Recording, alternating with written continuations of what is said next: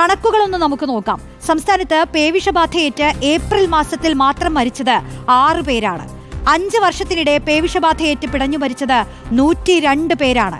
ഇതിൽ വാക്സിൻ എടുത്തിട്ടും പേവിഷബാധയേറ്റ് ജീവൻ നഷ്ടപ്പെട്ടത് 20 പേർക്കാണ്. അതായത് ഈ 5 വർഷത്തിൽ വാക്സിൻ എടുത്തിട്ടും മരണപ്പെട്ടിട്ടുള്ളത് 20 പേരാണെന്നാണ് കണക്കുകൾ സൂചിപ്പിക്കുന്നത്. TV പ്രസാദ് നൽകും വിശദാംശങ്ങൾ. പ്രസാദ്, നമുക്ക് പേടിക്കേണ്ട ഒരു സാഹചര്യം ഈ കണക്കുകളിൽ നിന്ന് തന്നെ വ്യക്തമാണ്. കാരണം വാക്സിൻ എടുത്തിട്ടും 5 കൊല്ലം കൊണ്ട് 20 മരണം സംഭവിച്ചു എന്ന് പറഞ്ഞാൽ അത് ഗൗരവതരമായ ഒരു കണക്കാണല്ലോ അല്ലേ TV പ്രസാദ്? ഉറപ്പായും റോഷ്നി, സംസ്ഥാനത്ത് ഈ പറയുന്ന തെരുവ് നായ്ക്കൾ ഉൾപ്പെടെയുള്ള നായ്ക്കളിൽ നിന്ന് കടിയേറ്റ് പേവിഷബാധ ഏൽക്കുന്ന സംഭവങ്ങൾ കൂടി വരുന്നു എന്നുള്ളത് തന്നെയാണ്. സമീപകാലത്ത് നമുക്കറിയാവുന്നതുപോലെ ഈ തെരുവ് നായ്ക്കളെ അവരുടെ വന്ധ്യംകരണമൊക്കെ ചെയ്യുന്നതിന് വലിയ പദ്ധതികൾ സംസ്ഥാനത്ത് എമ്പാടും ഉണ്ടാക്കിയിട്ടുണ്ട്. 23 സ്ഥലങ്ങളിലായി ഈ വന്ധ്യംകരണ ABC സെൻ്ററുകൾ സംസ്ഥാനം തുടങ്ങുകയും ചെയ്തിരുന്നു. പക്ഷേ അതൊന്നുമല്ല ഇതിൻ്റെ ഒരു പ്രധാനപ്പെട്ട വഴികൾ എന്നുള്ളതാണ്. അത് മാത്രം പോരാ എന്നുള്ളത് തന്നെയാണ് ഇപ്പോൾ ഈ കണക്കുകൾ സൂചിപ്പിക്കുന്നത്.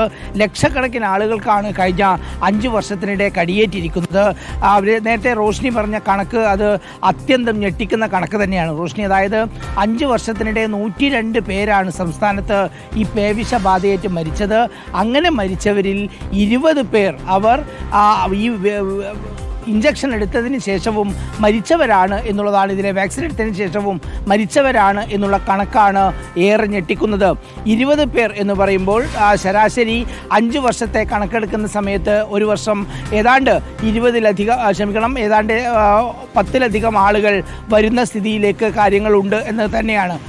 5 വർഷത്തെ കണക്ക്, അതായത് 5 വർഷം 20 പേർ എന്നുള്ളത് ഒരു വർഷം 4 പേർ എന്ന രീതിയിൽ. പക്ഷേ ഈ വർഷത്തെ ശരാശരി നോക്കുമ്പോൾ ഇപ്പോൾ തന്നെ കണക്ക് ആവറേജിലും കൂടുകയാണ് എന്നതാണ്. പ്രത്യേകിച്ച് ഈ വെക്കേഷൻ സമയത്തൊക്കെ കുട്ടികൾക്ക് നേരെയും മറ്റും പട്ടികൾ ഈ ധാരാളം കടിക്കുന്ന ഒരു സ്ഥിതി നമുക്കുണ്ട്. കൂട്ടത്തോടെ ആളുകളെ കടിച്ച ഒരുപാട് വാർത്ത നമ്മൾ തന്നെ റിപ്പോർട്ട് ചെയ്യുന്നുണ്ട്. ഏതോ ഭാഗ്യം കൊണ്ടാണ് ആ പട്ടികൾക്കൊന്നും വിഷമില്ലാത്തത്, പേവിഷം ഇല്ലാത്തത് എന്നുള്ളതാണ് അവരെല്ലാം രക്ഷപ്പെടാനുള്ള ഒരു പ്രധാനപ്പെട്ട കാരണം. അല്പസമയം മുമ്പ് സംസാരിച്ച ആൾ പറഞ്ഞതുപോലെ മുഖത്തേൽക്കുന്ന കടി, കഴുത്തിന് മുകളിലേൽക്കുന്ന കടി, അത് പിന്നീട് എത്ര സോപ്പ് കൊണ്ട് വൃത്തിയാക്കിയാലും വെള്ളം കൊണ്ട് കഴുകിയാലും വാക്സിൻ വെച്ചാലും ഒരുപക്ഷെ പേവിഷബാധയുള്ളതാണെങ്കിൽ പേവിഷബാധ ഏൽക്കും എന്നുള്ളതിൻ്റെ ഒരു സൂചന തന്നെയാണ്.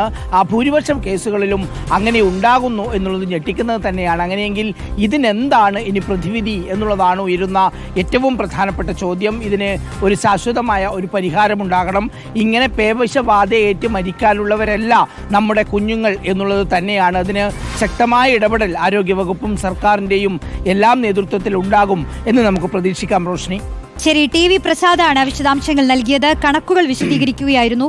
എന്തായാലും പേടിപ്പെടുത്തുന്ന കണക്കുകൾ തന്നെയാണെന്ന് നമുക്ക് പറയേണ്ടി വരും. അപ്പോഴും ശാസ്ത്രീയമായ ഫലപ്രദമായിട്ടുള്ള പരിഹാരങ്ങളാണ് ഇതിൽ ഉണ്ടാവേണ്ടത്.